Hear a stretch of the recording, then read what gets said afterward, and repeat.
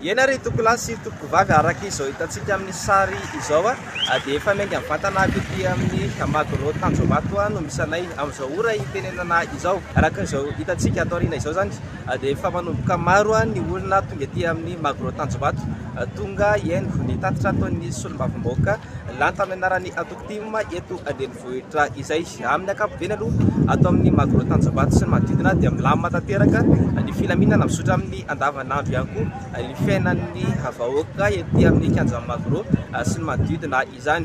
Araka izany andeha arahintsika aloha ny fanadihadiana kely nataonay ety an-toerana amin'izao fotoana izao. Inona ilay tena tondianareo aty? Zay avy mandry tsara.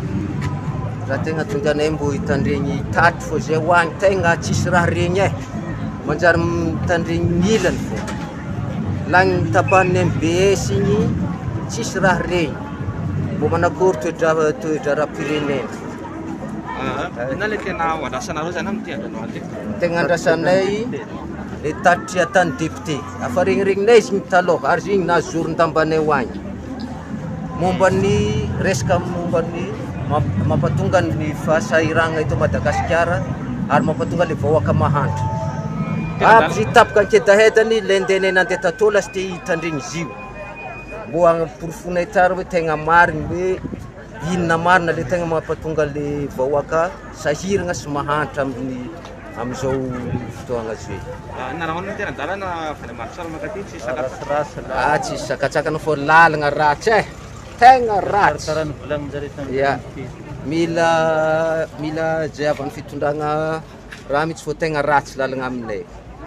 Ary tegna sahirana voaka aminay hoagny ambara aminjareo atoy atavy tonga aminjareo agny sahirana vahoaka mandry tsara.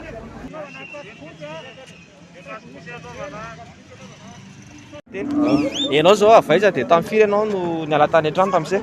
Zaho avy faritra Bomanarina. Niala tany tamintsika zao nandeha tonga nakaty. Nandeha tongotra fa anao hoe nandeha tongotra? Nandeha tongotra taty sady mitsangatsangana mbo mandeha moramora. Tena andalana tsisy sakatsakana tsisy ino? Tsisy sakatsakana ty fa andalana. Inona no tena andrasanao zany amin'ilay tatitra tanteranandro aty? Andrasana amin'ilay tatitra zany mba ilaina ho fantatra hoe ahoana marina ny tena fandehan'ny rahana firenena satria le vahoaka fa manomboka ny sahirana nefa ny mpitondra tohatrany tsy maharanina ny tokony aty amin'ny ambany aty ambany aty amin'ny fitika mihitsy dia mba ilain'ny vahoaka sahirana zany mba mamantatra inona marina ny tena zava-doa dia miandry ny tatitra toy ny député zany natongavana eto. Fa zay koa tsy hoe tia manasara be fa vahoaka tsotra zany zay limpahalalana limbovao vahoaka sahirana zay ny natongavana eto.